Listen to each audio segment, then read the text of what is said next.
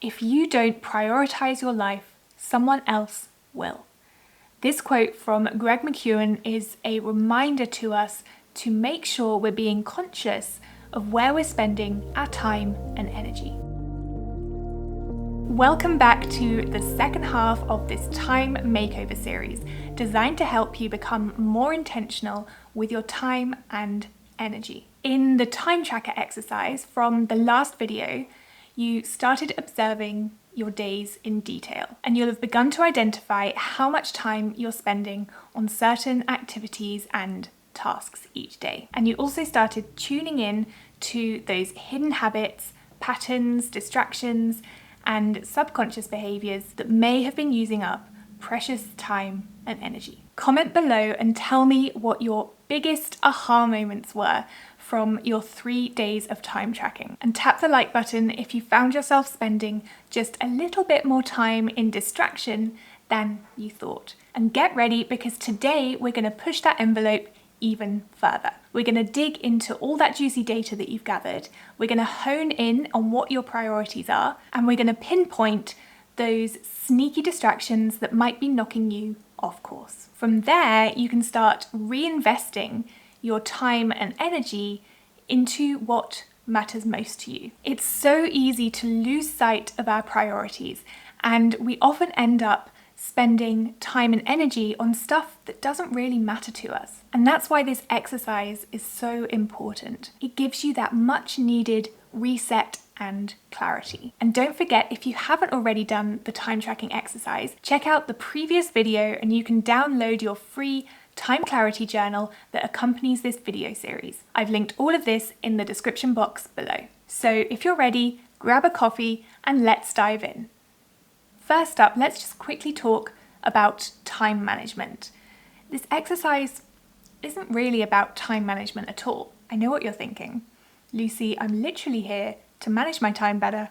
What do you want about? But hear me out. It's more about attention management. It's about knowing what's truly important to you and giving those things the attention they deserve. Then the time will kind of take care of itself. I love this quote from Laura Vanderkam. She says, "You don't build the life you want by saving time. You build the life you want, and then time saves itself." Once you're living in line with your priorities and living with more intention and clarity, time kind of takes care of itself because you're spending it where you want to, without so many things distracting you from that. And remember, like I discussed in the first video, this is not about becoming a productivity ninja. Becoming more productive will likely be an outcome of this exercise, and that's great. But let's not forget about creating space and time for things like more sleep, more rest, more time with our family. I want you to get to the end of your day, and instead of thinking, where did that time go? Or I couldn't catch my breath, I want you instead to think, yes, this day was really aligned with my priorities.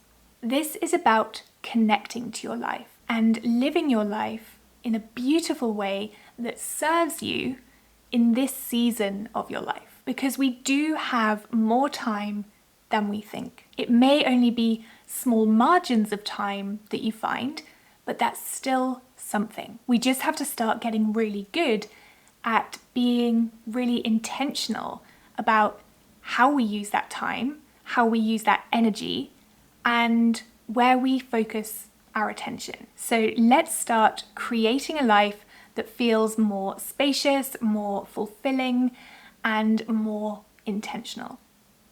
The first thing you're going to do is to reflect on what your priorities are right now. In this season of life, what are your priorities and desires? How do you truly want to be living each day? And what are perhaps some goals that you've been holding off because you don't feel like you have the time or the energy? And this isn't only about the big stuff.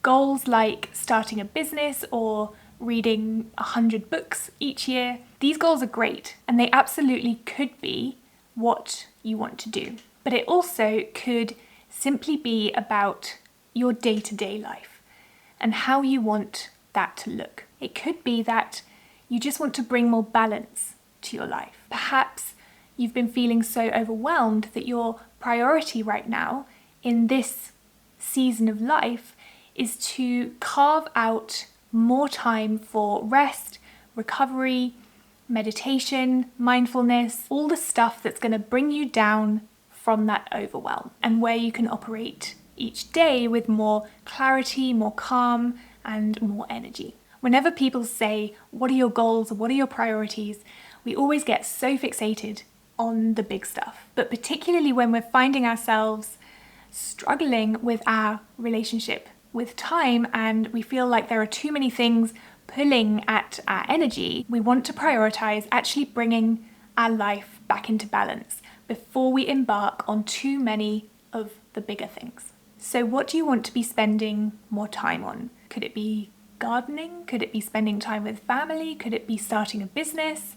Could it be reading more? Could it be getting more rest? And doing a bit of journaling can really help us flesh out our priorities as well. So I want to share just a few of my favorite journal prompts that you can use for this exercise. The first one is, what would you like to create more time and space for in your life? I love this question. It's a bit more gentle and a bit different to the normal, slightly overwhelming and sometimes panic-inducing question like, what are your goals? And the next question is, what does your future self look like a year from today? By tuning in to your future self vision, you can then start redesigning your days to align with that vision. And the final journal prompt is, are you allowing yourself enough downtime to nourish your soul? And public service announcement, this does not include thinking about work,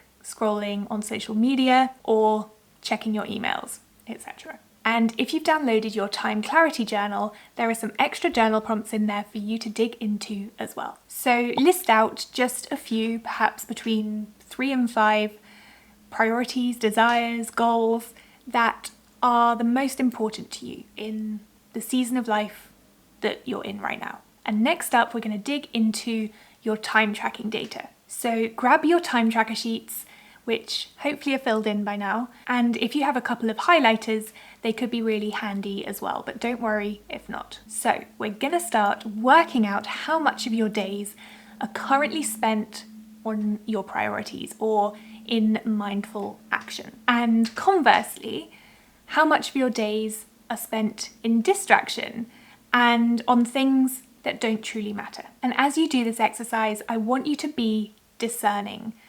I can't tell you what's important to you or what time was spent mindfully or in distraction.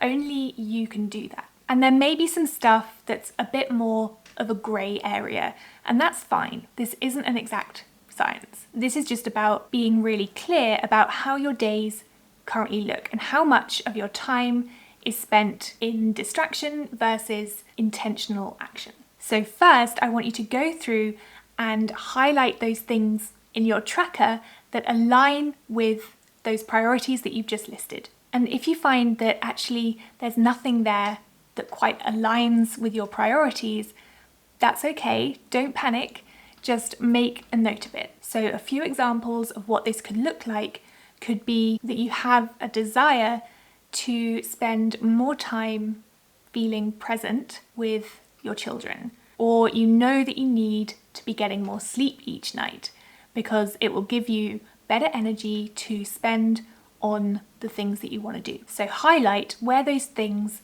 actually did happen. And again, if they didn't, don't worry, don't beat yourself up. That's not what this is about, but just make a note of it. Next up, there may be some things that don't quite align with your priorities, but they were driven by mindful action and intention. These could be things like watching a fun movie with your spouse or drinking coffee in a coffee shop. These are times where you felt really present and really intentional with your time and where something really fueled you. And they may not have direct ties to your priorities or your desires, but they brought you joy.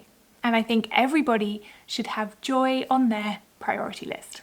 Some more examples of what this could look like could be calling a friend on the phone, reading for 20 minutes before going to sleep, or even when you're just in that flow with your work. And remember to also take into account your energy and emotions for this as well. While you were tracking, hopefully you made notes on how that activity impacted your energy, how it impacted your emotions, and this can be an indicator as to whether something was mindful and a priority, or whether something was actually a distraction or something that wasn't that important, or whether that activity is something that you might consider ditching or reducing.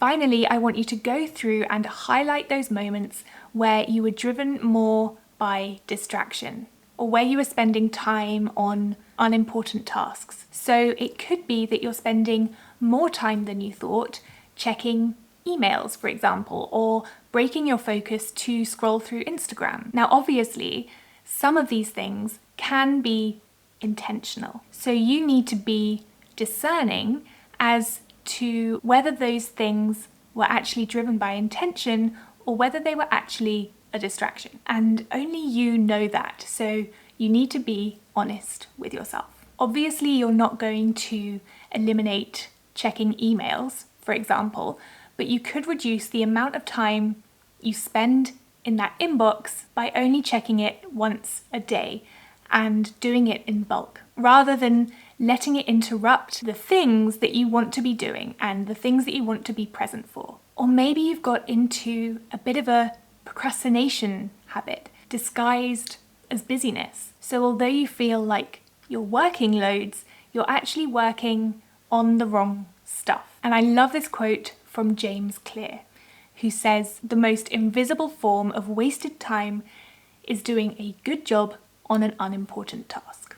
And like I said, you will probably have some activities or tasks that will be firmly plonked into the neutral zone. But again, remember to take into account your emotions and your energy here, because they are a great indicator as to whether something was fueling your energy, which can tend to be a priority, or whether it was draining your energy, which can often be things like distraction, like scrolling your phone or working on something that isn't actually moving the needle. If something was really draining your energy and your emotion was quite negative, this could be a sign that it's something that needs reducing, or you might need to set boundaries around it or eliminate it completely. And essentially, I want you to rank all of these activities and tasks that you've listed and highlighted into priorities and distractions. And there's space for you to do this in your time clarity journal if you want to. So now it's time to reflect on those insights. And hopefully you've got a much clearer picture of where your time and your energy are going each day. And now I want you to think about the balance between all three categories that you've just highlighted. So compare your time tracking days with your ideal days. Where are the discrepancies? And what could you change right now to live more in alignment with your future self? For example, is there something that really drains your energy and really affects you emotionally, but in fact isn't important and could be reduced or simplified or eliminated in some way? Is there something that you didn't realize took up so much of your time, or something that does take up a lot of time but is actually needed right now? And perhaps there's a way you could start thinking about that activity in a creative way. For example, if you commute for an hour on a train each day, could you meditate during that time instead of spending it scrolling or checking emails? Or if there's a task that you do that takes a particularly long time, but it does need doing, is there a way that you could delegate it or simplify it? And how much time are you spending in distraction?